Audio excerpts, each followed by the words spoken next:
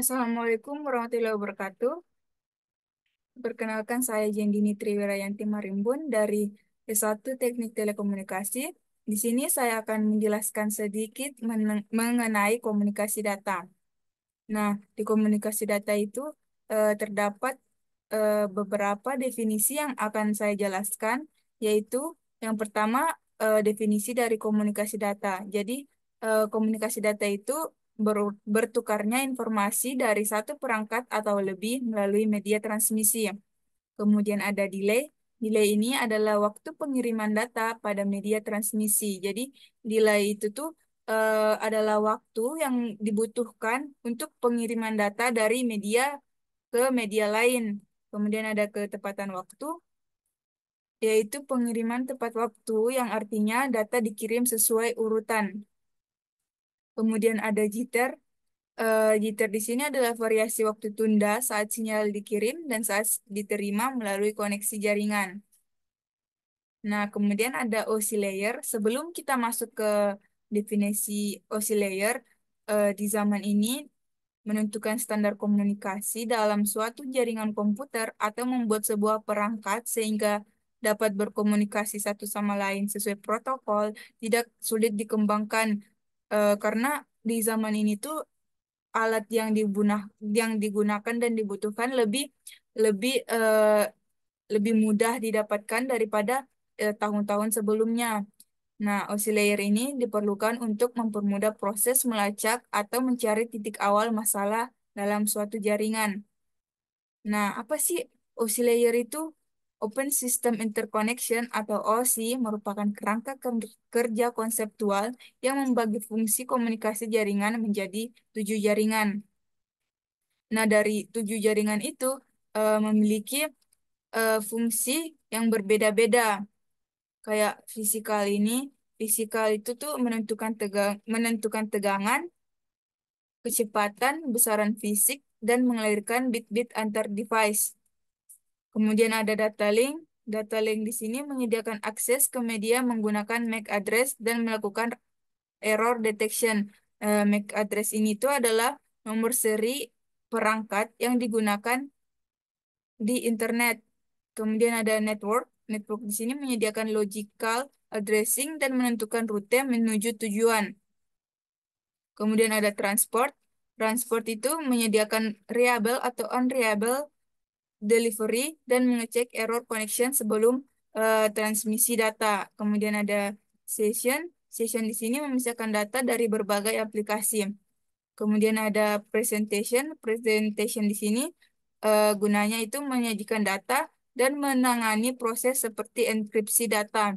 Kemudian yang terakhir ada application. Application di sini itu menyediakan user interface. Dari proses perubahan bentuk semua itu, proses perubahan bentuk dari satu layer ke layer berikutnya dilakukan dengan menambahkan header khusus, yaitu enkapsulasi. Proses ini terjadi berulang kali sehingga menjadi bit-bit. Nah, bit-bit tersebut setelah dikirim ke host target melalui media jaringan terjadi dekapsulasi, yaitu melepas header satu persatu. Kemudian ada TCP/IP. TCP/IP atau Transmission Control Protocol adalah model jaringan yang digunakan untuk komunikasi data dalam proses tukar-menukar informasi di internet. Tidak seperti oscillator tadi, TCP/IP ini memiliki 4 lapisan seperti physical, data link, network, dan transport.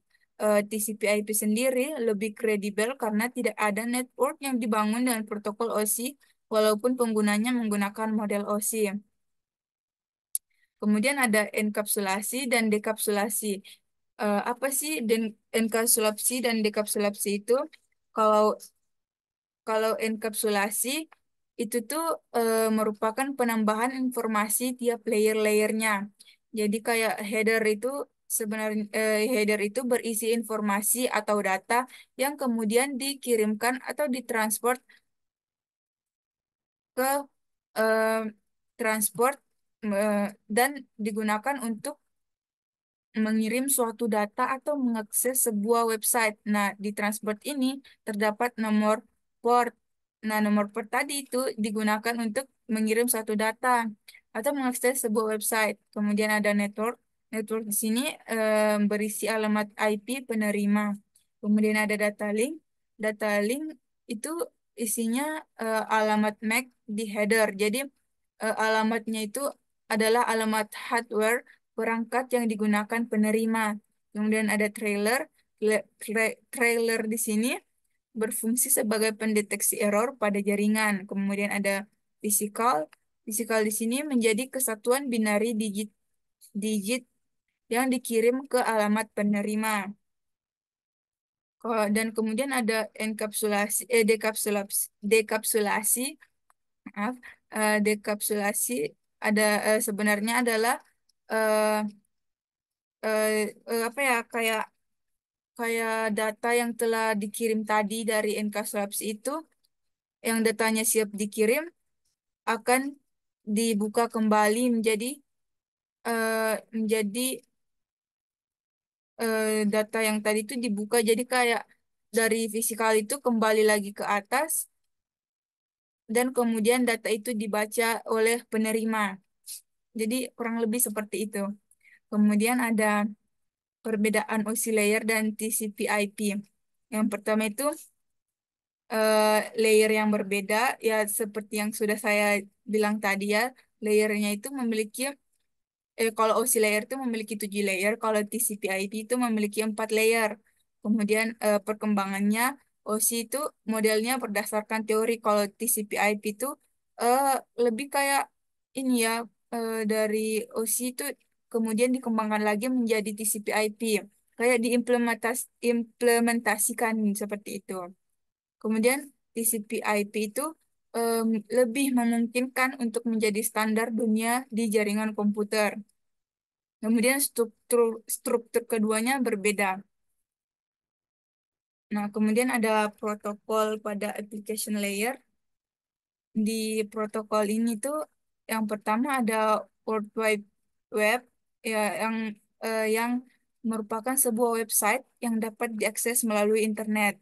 Kemudian ada HTTP atau Hypertext Transfer Protocol, yang merupakan sebuah website yang dikemas menjadi satu atau koneksi antar halaman. Seperti itu kurang lebih ya. Kemudian ada URL, yaitu Uniform Resource Locator. Ini tuh merupakan sumber pencarian yang dicari pada internet. Kemudian ada File Transfer Protocol atau FTP, yang dimana file ini ditransfer dari klien atau pengguna pengguna pengguna komputer, dan akan mengirim ke data ke server, dan kemudian server akan mengirim kembali ke klien. Jadi eh, kurang lebihnya seperti itu. Kemudian ada presentation layer. Nah, presentation layer itu yang pertama ada SSL s- eh, atau komponen